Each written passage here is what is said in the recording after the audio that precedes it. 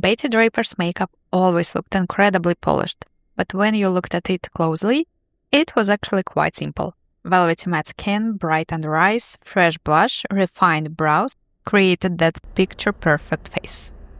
Today, I'm recreating her signature look using modern formulas and techniques that work in real life, even if you have oily or combination skin, visible pores, or maybe hooded eyes or concealer that loves to crease.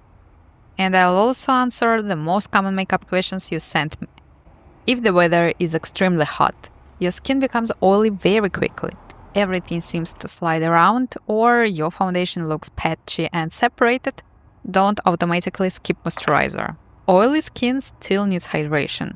However, we don't need 5 heavy layers underneath the makeup. Too much skincare can make even the best foundation move, peel, or separate. This moisturizer is oil-free and has lightweight gel texture.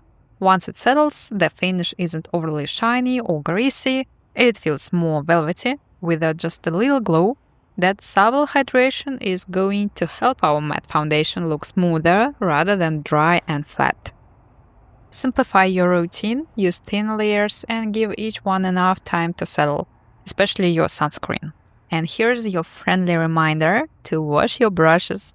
Old foundation, skincare, and oil trapped inside a brush can affect both hygiene and application. Step 2. Foundation. So first, shake your foundation properly. This helps redistribute the formula before application. Makeup from Betty Draper's era was generally much more matte and powdered than what we are used to seeing today. We are going to recreate that velvety finish but with modern formulas and a much thinner layer. I begin close to the jawline and work in narrow sections. One short row and then another, almost like a snake pattern. So this prevents me from covering the entire face and accidentally overblending the long-wearing foundation. Yes, the foundation looks darker than my bare face.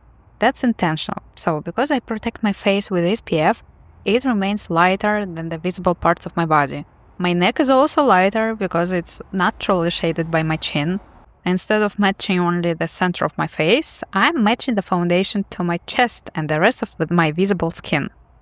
I blend the remaining products lightly down the neck. As you can see, the color now matches my neckline and body, so there is no reason to panic when you first see the foundation shade. As I said before, one of the most common mistakes with a matte full coverage foundation is overblending. Next, let's add blush. In many references from this period, you'll see baby pink, peach, and coral blushes. The colors often appear clean and saturated rather than muted or dusty, and I'm using the Dior Big Stash Rosy Glow Stick in Cherry shade.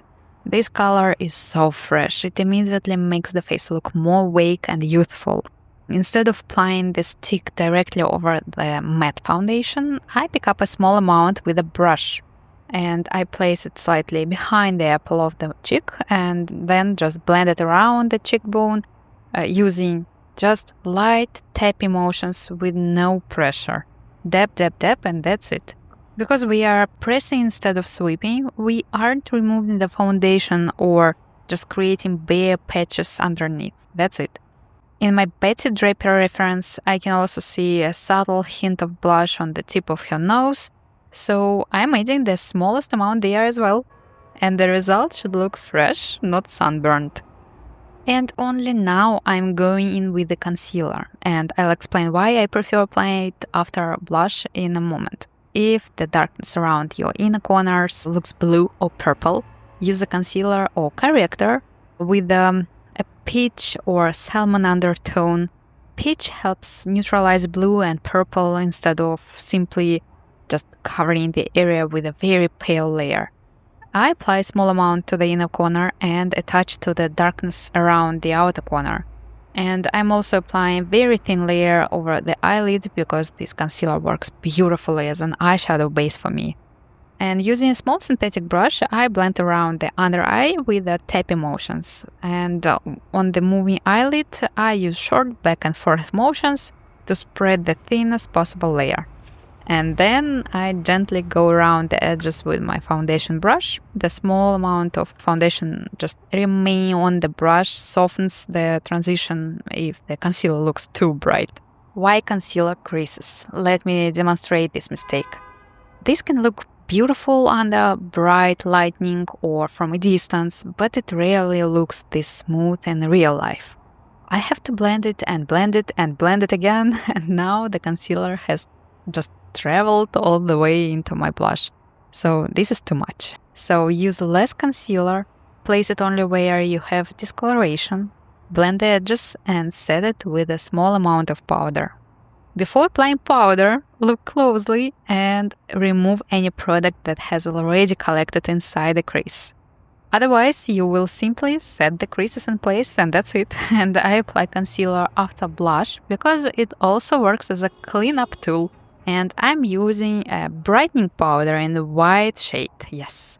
A brightening powder creates the illusion of light.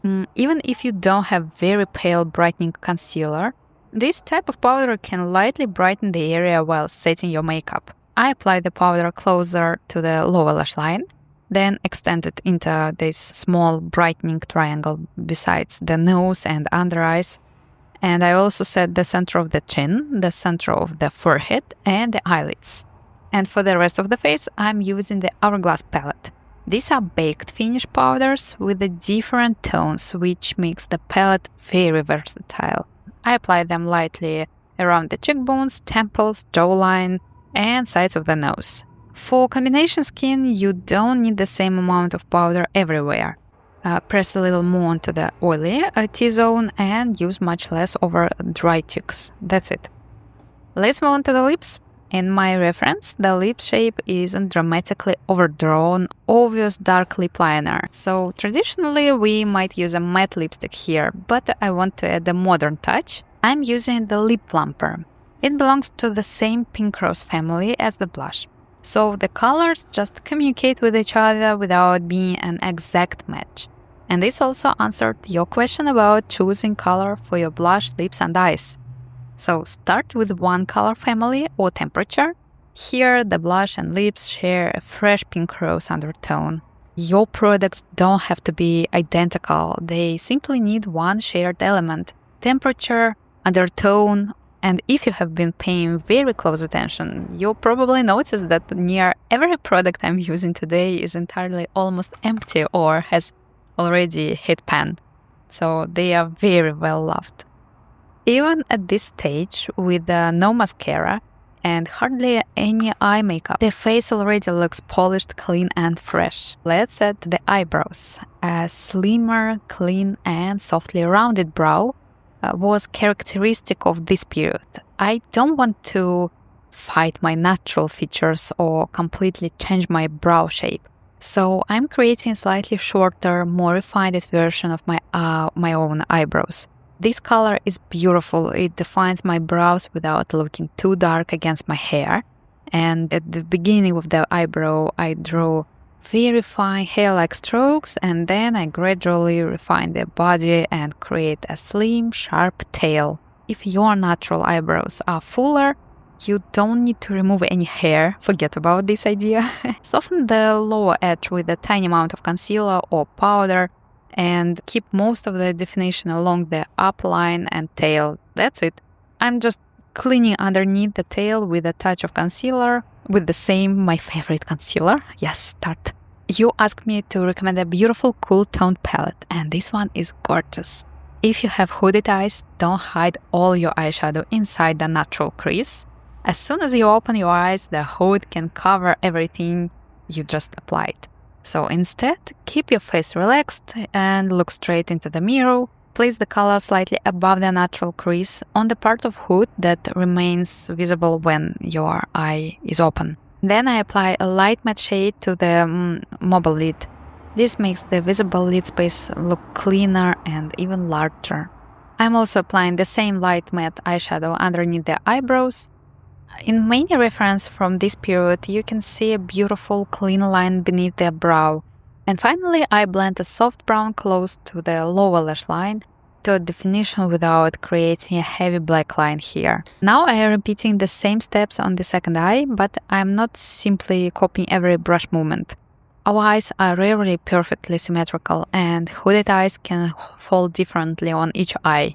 I check both eyes while they are open after every layer, and I compare the height of the eyeshadow, its distance from the brow, and how much color remains visible. Eyeliners. So later, eyeliner became thicker and more graphic, with dramatic mold shapes, cut creases, and much more emphasis on the lower lashes. For this Betty Draper's inspired look, I'm choosing the softer version, just a defined upper lash line with a small elegant wing. Instead of liquid eyeliner, I'm using the YSL Lines Liberated in shade 5. A pencil is simply easier to control, especially if you have hooded eyes. We can sketch the shape gradually, soften the edges, and correct the wing before the waterproof formula completely sets. And this isn't a classic flat black, it contains delicate silver sparkle. The color still defines the eye, but the silver catches the light and gives the vintage shape a subtle, modern update. And make your first mark smaller than you think you need. It's always easier to extend a wing than just to remove half of it. And our final step is mascara. Mascara became especially important in those times. Just beauty trends placed more emphasis on making the eyes appear larger. Later, these kind of looks could include extremely dramatic false lashes, but for Betty's more controlled, elegant style, I want the lashes to look dark, separated and polished rather than dramatic. And I'm using a tubing mascara. Tubing mascara is one of my favorite choices for hooded and oily eyelids, because it forms small tubes around the lashes. On me, it's much less likely to transfer underneath the brow bone or create dark marks throughout the day. And here is a finished transformation. This is where we started, and this is the final Betty Draper inspired makeup look. When you compare the before and after, you can see this look isn't really about heavy contouring or complicated techniques. Its perfection comes from control and balance. And the skin is matte, but not flat. And the center of the face is bright, while the perimeter has soft structure. The clean lower lash line opens the eyes, the wing lifts them, and the refined eyebrows frame everything. The blush and lips share the same fresh color family. Of course, this is my modern, wearable interpretation rather than a completely historical, accurate recreation. And honestly, I would still wear this makeup today. It looks retro when combined with this hairstyle, but the makeup itself feels timeless.